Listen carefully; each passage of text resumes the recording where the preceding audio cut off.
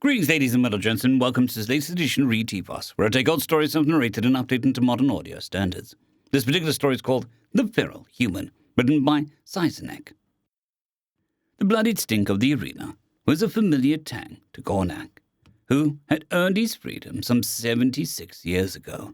The orc was once an arena champion in a far-off land, and had earned enough gold and revenue to leave and settle down halfway across the world. Now, he had settled himself as a noble man amidst a society that welcomed every and all races to live amongst them, regardless of creed or race. His gold had been invested wisely, and now he had more gold than he knew what to do with. So it went to charities of all kinds, places of worship, schools, farming, all kinds. A perfect society where all coexisted fairly and prospered, one could say. However, a perfect society still has a need for violence. There are always criminals and lawbreakers within their dungeons. Gornak paced down the marble-lined corridor dubbed Hall of Fame, where statues lined the walls detailed crowd-favored warriors long gone of every race, standing triumphant, with their weapons in hand as if they were eager to fight once more. Gornak, however, noticed an irregularity. His son, who walked beside him, clad in silk and velvet clothes, noticed it too. "Father," his squeaky voice croaked, "I see orc and elf and dwarf line these walls. I see drake, dragoon, and serpentkin. I see goblin, fairy, and even the reclusive Kevrick, yet I see no humans." Gornak grunted in approval. "You're identifying the races well, Gornak," he said with a smile. Clearly, allowing the Alban scholars to educate his son was a worthwhile endeavor. "Why do you suspect that is?" Gornak held his chin between his thumb and his finger for a moment. "They aren't capable of being worthy warriors?" he questioned. Gornak chuckled heartily at his son's innocence. "Not at all. The humans possess a spirit of fire and a will of iron," he began, choosing his words carefully. "Their flesh and bone are as strong as kindling and wet flannel, though. They throw themselves into the forges of war, only to be annihilated with ease." "That's sad," Gornak commented with a sorrowful tone, unusual for being his age, "that the gods give the strongest spirit to the weakest race. Such a shame." "Very much so. A shame indeed," Gornak agreed, patting his son on the shoulder. "Let's see the arena master for your birthday present." The two orcs entered a large room lined with red carpets. The walls were lined with banners of the arena champions dating back hundreds of years. An army of servants bustled in the room to suit the needs of one figure, sat overlooking the arena some 100 feet below. The figure leapt up from their chair as the servant announced the arrival of the two orcs. "Welcome!" the shriek of a female dwarf bellowed, making several of the unaware servants flinch. "Welcome to my arena!" She almost ran to the orcs, her podgy frame nearly exaggerated by her stature. Her gait was almost amusing, Gornak noted. He shook her hand. "Thank you for having—" "No, thank you," she interrupted. "My name is Marvia, Arena Master." She released Gornak's hand and snatched Gornak's, shaking it with greedy ferocity. Clearly, whatever Gornak was paying her excited greatly. "I hear it's your birthday today." The younger orc stumbled over his words. Yes, it is.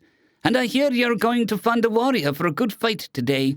"Yes," Gornak replied, Marvia's infectious enthusiasm filling him with fervor. Gornak couldn't tell who was more excited, the dwarf or his son.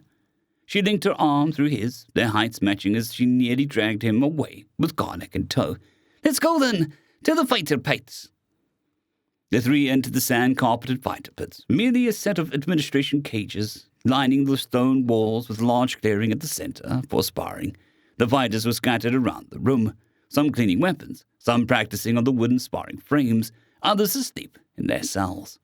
Fresh blood had been spilled recently, Gornak assessed, judging by the metallic tang in the air. As Marvia entered the rooms, the fighters all dropped to their knees in submission. Gornak didn't appreciate the master-slash-slave atmosphere that was projected here, as he himself had been in the fighter's position, only getting noticed when he didn't. "Kneel!" a voice screeched, following by a crack of a whip.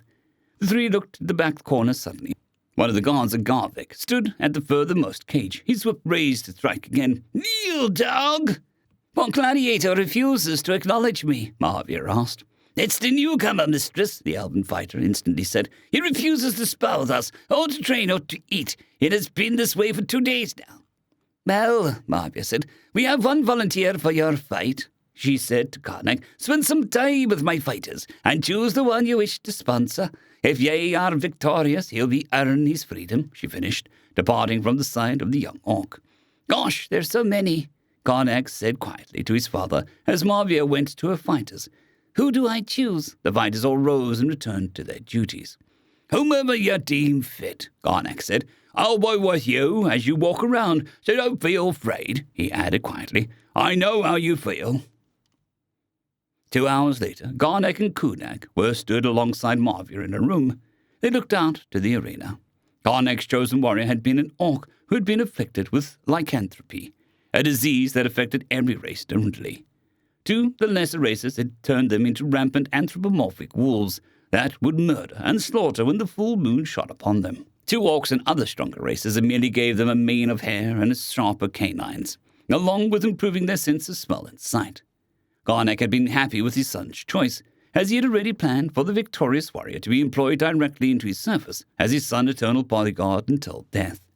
Garnak had liked the orc ever since he saw him easily fight off 3 other fighters in the sparring ring, and had decided the orc would be the best choice for his contender. The orc's name was Golm, and when he entered the arena, the crowd cheered his name. "Golm! Golm! Golm!"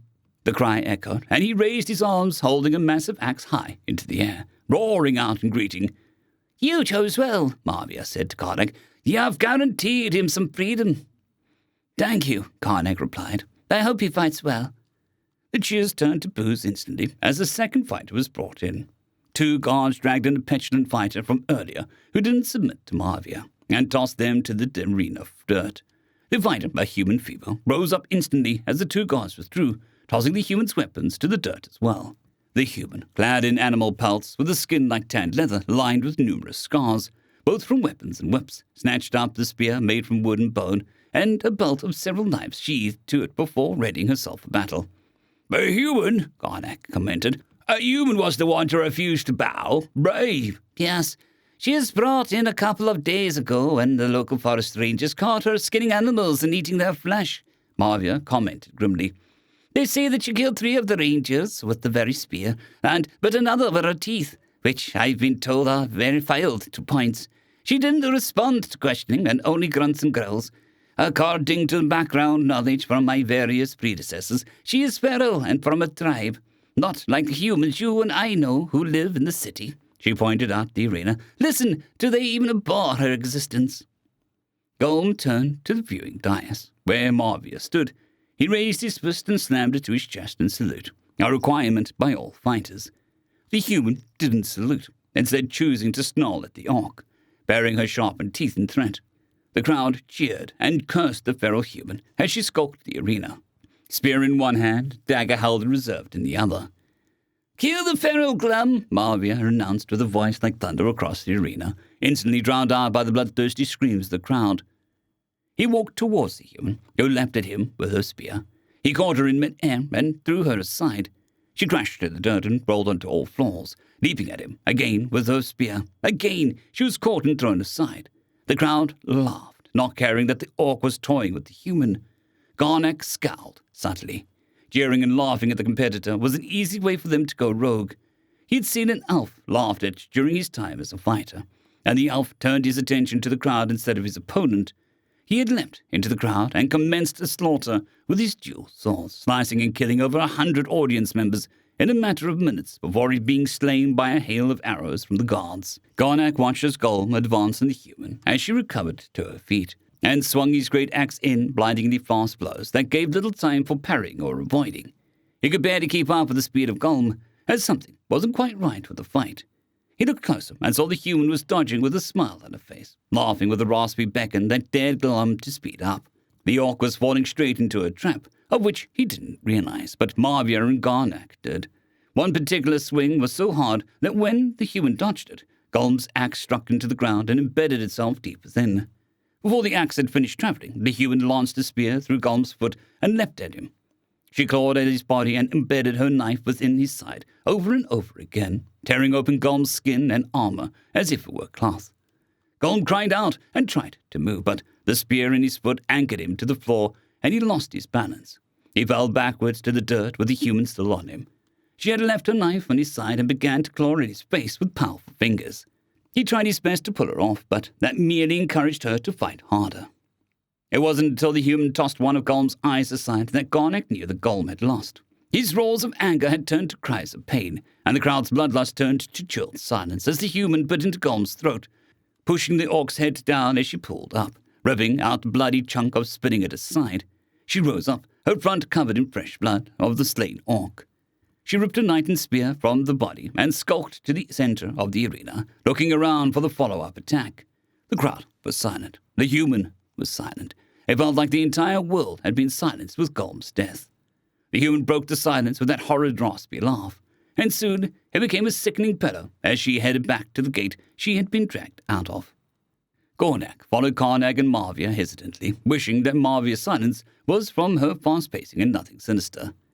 When they entered the pits once again, all knelt aside from the human in the back cage who was stood against her bars staring at Marvia. The guards didn't strike her with the whip. Marvia had a look in her face that looked like she could crush stone. She held out a hand to stop the two orcs in their tracks as she headed to the back corner. Karnak tugged his father's sleeve and beckoned him closer, deeper in the cell. Marvia's voice echoed out, "Open that cell!" she barked. The human stared at her with a grin that showed off her sharpened teeth that nestled with each other neatly. The cell was opened and the human instantly went to leave, but the guard stopped her. "Stay," the guard growled. Marvia stopped just short of the cell and stared at the human. "You!" she hissed, pointing a podgy finger at her. "You're a fucking Periathra!" She snarled in her dwarven tongue. "I'll have you put to death for—" "Wait!" a high-pitched croak called out. All was silenced by Karnak's voice. He was stood beside Gornak. "We had a deal, Arena Master." "Yes, but you chose Golm and this Feck." "Stop swearing in front of my son," Garnak threatened with gravitas. "Listen to him." The dwarf fell silent, her fury barely contained. "We agreed my sponsor would earn freedom. Golm was freed, but sadly his freedom was from life," Karnak explained. "The winner, however, was this human," he said, pointing to the feral human. Garnak smirked. "Too much time in those elves have made you a philosopher, it seems." "I sponsored the fight, and there was a winner. It wasn't my winner, but there is still a reward for winning, correct?" he continued, taking Marvia's silence as a hint to carry on. "How about we say that the winner gets freedom from the pits, but not servitude? I'll take the human with me." Marvia's forehead bulged with veins filled with liquid anger. "And let it live! I will have no—" "You will!" Garnak roared, baring his tusks. All fell deadly silent at the orc. "We will take the human. If it is armed, I will pull my funding from your arena." Marvia instantly calmed and took a deep breath. She beckoned the guard over with a quick gesture. "Have the human's possessions returned to them. Prepare for their departure." "You were correct, Father," Karnak said quietly. "Spirit of fire." "Indeed," Karnak replied. "However, the flesh and bone of the human was not weak," Karnak added. "Indeed," Karnak again replied. Gornak waited with Karnak outside the front gates of the arena, where over time millions of visitors had passed through. They waited with hands clasped behind their backs, with their lavish carriage just behind them. The small crew sat atop the wooden and steel carriage, awaiting their master's commands. From within the entrance, the sound of footsteps rang out, and a guard unit marched out in perfect time. They came forth and dispersed, revealing they were surrounding a feral human and Marvia. As soon as she was able, the human darted away from Marvia, turning to face the arena master and her guards in the same crouched stance that she had during the arena fight. "Here she is," Marvia said to the two orcs. "Thank you for your donation," she added before hastily heading back inside, glad to be rid of the scar-ridden feral human. Only until the last guard had gone did the human turn to face her new master. She rose up to her full height, standing just short of Garnak. She looked down at the small orc, who took a hesitant step back. "You work for me now," Garnak said as the human stared at his son. She didn't respond to his comment. "Do as I say and you'll be paid well." Silence came to Garnak's offer. He scowled and took a step towards the human. "Do you speak? Do you even understand?" "It was you who bought me freedom," the human asked. The two orcs flinched at her voice. It was like metal upon whetstone, rough and raspy. "Yes," Karnak answered to the pair. "I sponsored the fight." The human dropped to her knee and raised her head high, exposing her throat. An unusual gesture, Garnak added, but judging by the virality of her actions, maybe had something to do with trust. Exposing your throat through a threat was a surefire way to die. He put it down to being a submissive gesture. "I thank you," she said, bringing her neck back down. "What do you want of me?" You're to be my son's bodyguard, Gornak replied. Rise! The human rose up and took the smallest of her knives from her belt. She presented it to Karnak in a gesture that illustrated both trust and subservience. This is my sworn allegiance to you, chieftain, she said, using the orc title for leader. My name is Wycodia, mother of wolves, forest stalker, werewolf flayer, troll scourge, ogre bane, and now golem slayer, she continued, holding her knife out in greeting. Karnak looked to his father, who gestured for him to take the knife. He did, sheathing it in his belt. He straightened his back and replied, Karnak, son of Gornak. That's it, he said. So far. Wycodia nodded her head and looked at Gornak. I accept the honor to guard your family, she said. I'll protect him as if he were my own pack, she added. Gornak chuckled and placed a hand on her shoulder and led her to the carriage. Let us embark back to my estate. There is much business to discuss. End of story. I'd greatly like to thank our Tier 5 channel members, Casper Arnholtz, John Creighton, Manatharia, 050, Dragzoon WRE, and Elijah Silvercross. Thank you very much.